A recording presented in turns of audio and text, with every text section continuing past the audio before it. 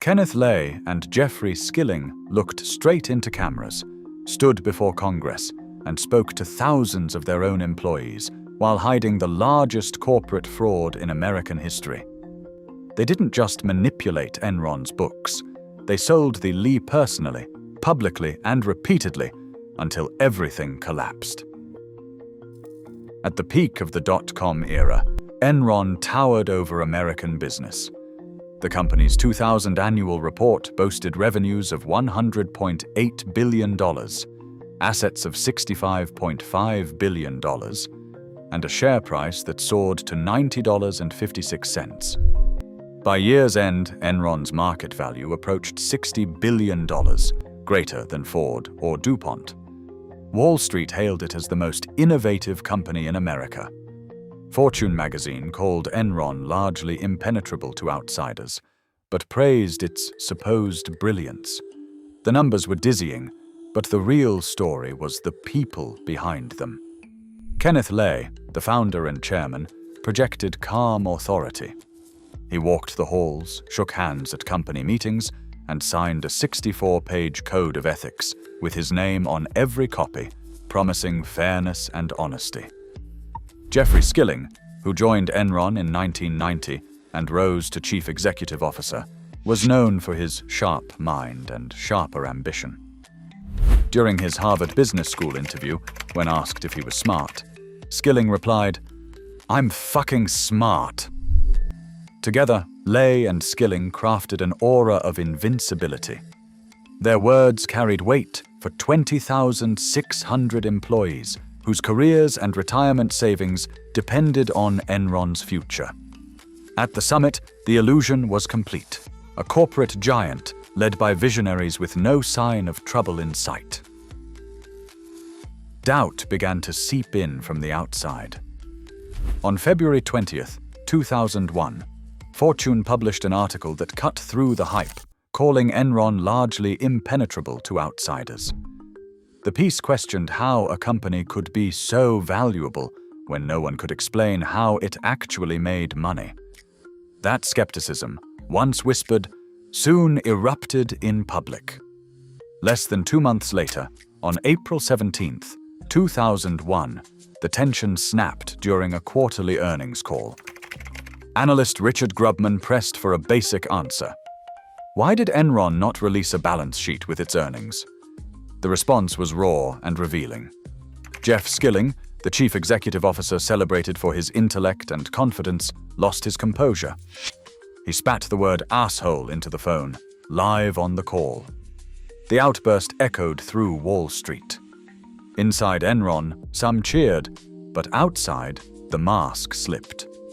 The company's leadership, so quick to demand trust, now bristled at the first sign of real scrutiny. The cracks in Enron's story were no longer just the concern of skeptical journalists. They had become impossible to ignore. August 2001 brought a jolt from inside Enron's own walls. Jeffrey Skilling, the architect of the company's aggressive growth, resigned as CEO with no warning. He cited personal reasons, but the timing raised questions. That same week, Sharon Watkins, a mid-level executive and accountant, delivered a memo straight to Kenneth Lay. Her words were blunt. Enron could implode in a wave of accounting scandals. She urged Lay to act before it was too late, warning of an elaborate accounting hoax. The memo was clear, detailed, and impossible to ignore. Lay, now back in charge, faced a choice. He called an all-employee meeting in late August, standing before thousands of anxious staff. Instead of addressing Watkins' warning, Lay insisted he had never felt better about the company. He called Enron stock an incredible bargain. Employees, many with their retirement savings locked in Enron's 401k plan, listened as Lay compared the company's troubles to the panic after September 11th. He said it was just a temporary crisis of confidence. Behind the scenes, the company imposed a blackout on the 401k plan, freezing employees' accounts as the stock price slid. One worker, after the meeting, summed up the feeling. He must be on crack. The gulf between the executive suite and the rank and file was now impossible to miss.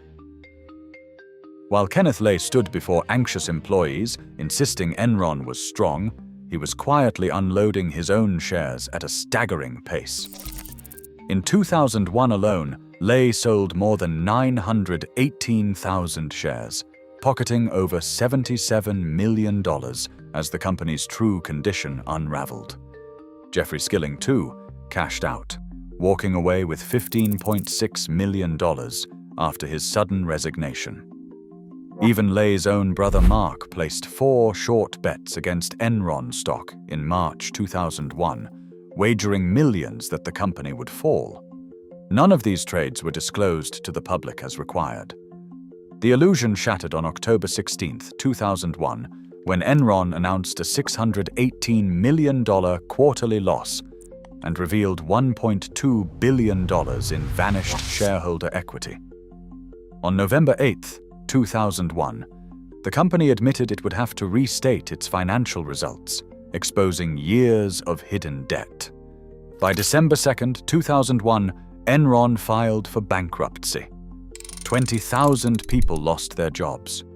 Over $1 billion in employee retirement savings disappeared, most trapped in a frozen 401k plan, while insiders escaped with their fortunes intact. In the courtroom, the reckoning was swift. On May 25, 2006, a jury convicted Lay and Skilling of conspiracy, fraud, and insider trading. Congress responded with the Sarbanes-Oxley Act in 2002, rewriting the rules of corporate accountability.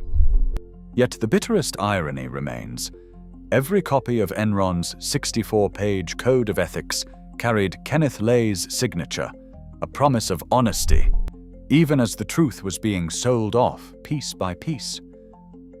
The law changed, but the playbook endures. As CEOs still cash out on hype, employees bear the fallout. When trust is sold for profit, no code of ethics can save you. Share your thoughts below.